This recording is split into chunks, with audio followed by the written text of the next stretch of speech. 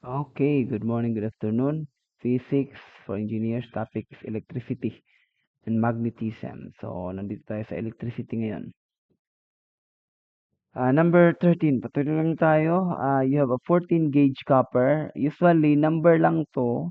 Pero usually, sa amin, mayroong mga constant dito. Depende sa gauge. Which is, ito siya. Yung diameter niya. Okay? Usually, sa mga major subjects ng mga siguro, may handbook sila dito. A 14 gauge copper wire of diameter 1.68. So parang common name to siya, ito yung talagang kuan niya. 14 gauge copper wire of diameter 1.628 millimeter carries a current of 12.5 milliampere. So this is current, this is I. Ilagay muna natin. I. I is equal to 12.5 milliampere. 5 times 10 to the negative 3 ampere, milliampere. Okay, next, what is the potential difference across? So, yung tinatanong is yung potential difference, yung V, voltage, across a 2-meter length of wire. Yung potential difference, so, kaya merong nag-flow because may potential difference, which is yung V, yung voltage. So, parang, parang yung daanan yata yan, usually, ng, anyway, hindi naman ako But anyway, tingnan natin sa formulas natin. Basically, nasa resistance na tayo. So, I think ito siya. So, voltage potential difference, IR. Tapos, yung R mo is binigay yung, so, ito, isasampak natin dito sa VIPL, PLA. VIPLA. Parang ganun. So, V is equal to PLA, sorry. Control V. Parang PL,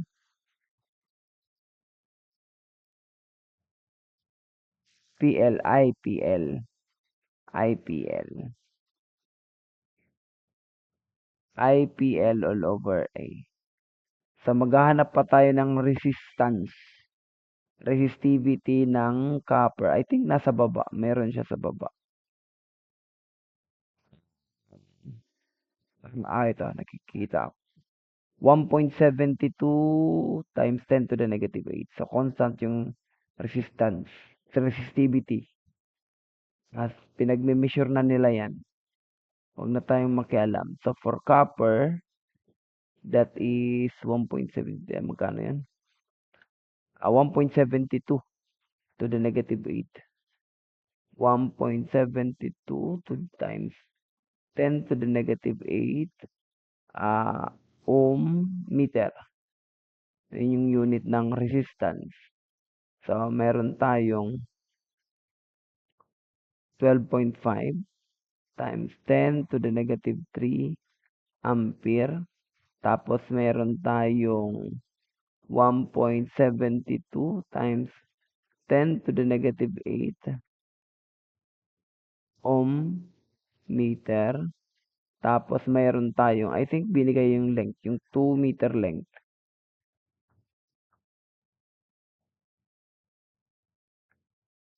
Um, 2-meter length, yun na.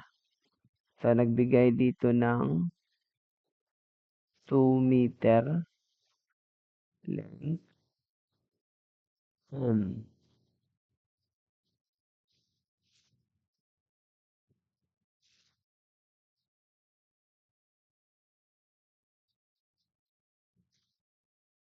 2-meter length. At saka yung area is nasa 1.68. So, diameter man to, di ba? Diameter to. So, meron akong pi dito. Meron akong 4 sa taas. So, pi all over 4, d squared. Yung diameter niya is 1.68. 1.628 times 10 to the negative 3 millimeter. So, squared. Yan. Ilabas ko na lang yung squared.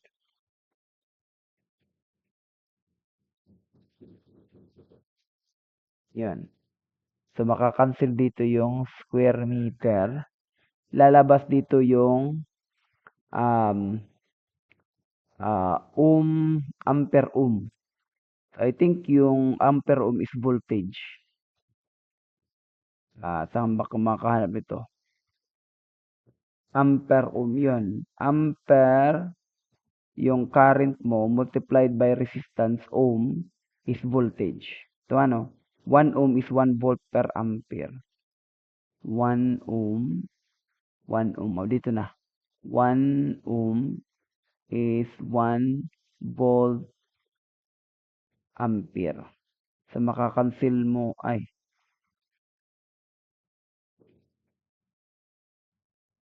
so yun, 1 volt per ampere.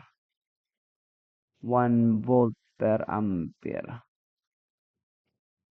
So ilagay na natin dito sa ampere sa baba. 1 volt, 1 ohm, 1 volt per ampere. Okay, cancel tayo. Cancel tayo. So basically, meron tayong potential difference. So 4 times 12.5 exponent negative 3 times 1.72 exponent negative 8 times 2 all over pi times 1.628 exponent negative 3 squared.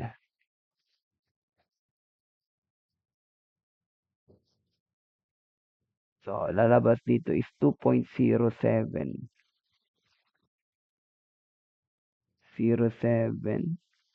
times 10 to the negative 4 volts. Ang lit, ano? Anyway, yun yung lumabas. Tama naman. Negative 3 squared. Squared ko, tama naman. 12.5 to the negative 3.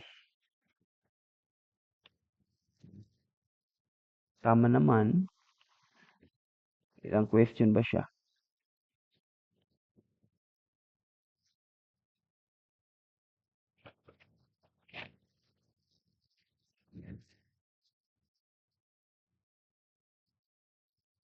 Two o 207 to the negative 4. That is, yan, voltage. And then, wala naman. Letter B, what would be the potential difference in part A, B, if the wire were silver instead of copper? So, papalitan lang natin ng, I think ito, for silver, ano ba, AU o AG. For silver, papalitan lang natin ng, I think, again, nasa baba.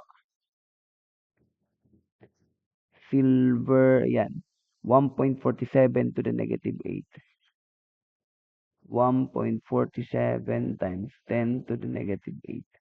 So, papalitan lang natin dito for silver, AG. So, palitan lang ito dito. So, magiging 1.47. 1.47 exponent negative 8.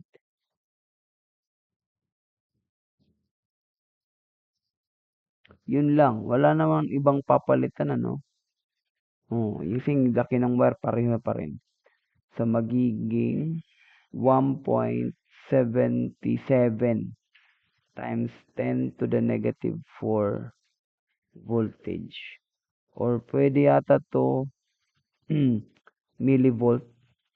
So, pupunta pa siya dito. That is 0.207 millivolt. Dito is 0.177 millivolt. So, in-replace ko lang to ng ganito. Ohm meter. Okay? So, yun lang siguro. Thank you guys for listening.